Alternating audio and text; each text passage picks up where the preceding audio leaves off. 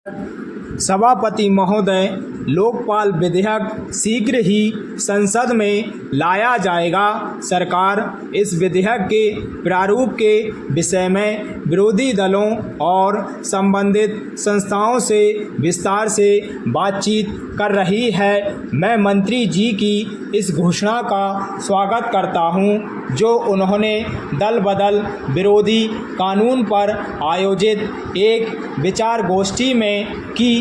मंत्री जी ने कहा कि सरकार प्रजातांत्रिक सिद्धांतों को हर कीमत पर मजबूत बनाने के लिए बाध्य है। नई सरकार जब बनी, उसने इस दिशा में सबसे पहला कदम दल बदल विरोधी कानून बनाकर उठाया। जैसे कि आप सब जानते हैं, दल बदल हमारी राजनीति में एक बीमारी बन गई है। इससे ना तो सत्तारूढ़ दल और ना विरोधी दल अछूते रहे हैं। मतदाताओं को भी दल बदल के द्वारा समय समय पर धोखा दिया जाता रहा है। लोग चुनकर किसी एक दल के माध्यम से आते हैं, लेकिन बाद में अपने लाभ के लिए या अन्य कारणों से दूसरे दल में चले जाते हैं। मतदाता मजबूर सा यह सब देखता रहता है, लेकिन कुछ भी नहीं कर सकता। दल बदल विरोधी कानून लाकर सरकार पूरी कोशिश करेगी कि लोकतंत्र को स्वच्छ, स्वस्थ और मजबूत बनाया जाए। माननीय सभापति महोदय जी, सबसे पहले तो मैं यह स्पष्ट करना चाहता हूं कि कानून किसी भी तरह से राजनीतिक लाभ के लिए नहीं है। इसका राजनीतिक लाभ बिल्कुल नहीं उठाया जाना चाहिए।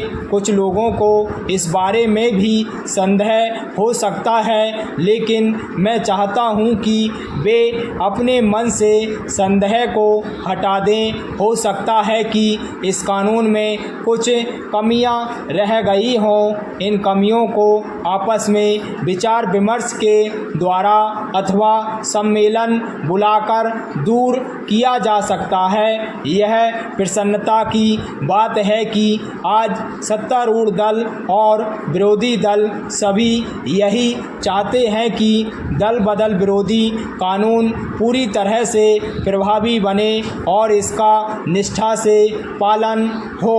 एक अन्य माननीय सदस्य ने कुछ दिन पूर्व सदन में इस संबंध में जो विचार व्यक्त किए थे, वे भी विचारणीय हैं। उन माननीय सदस्य ने कहा था कि देश के वर्तमान राजनीतिक ढांचे के लिए दल बदल का खेल हमारी राजनीतिक मान्यताओं को कमज़ोर सा करता जा रहा है।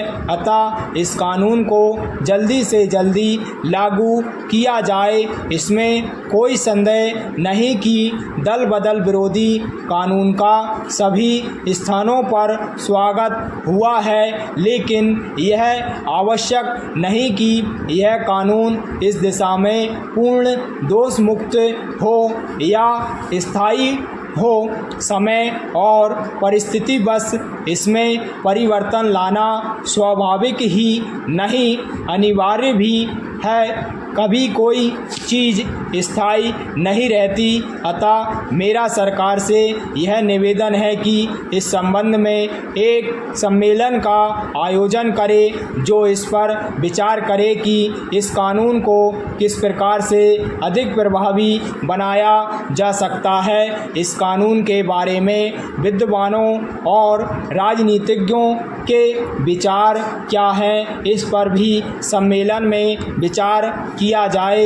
इस विचार गोष्ठी की एक रिपोर्ट सरकार को भेजी जाए। आप सबको सहयोग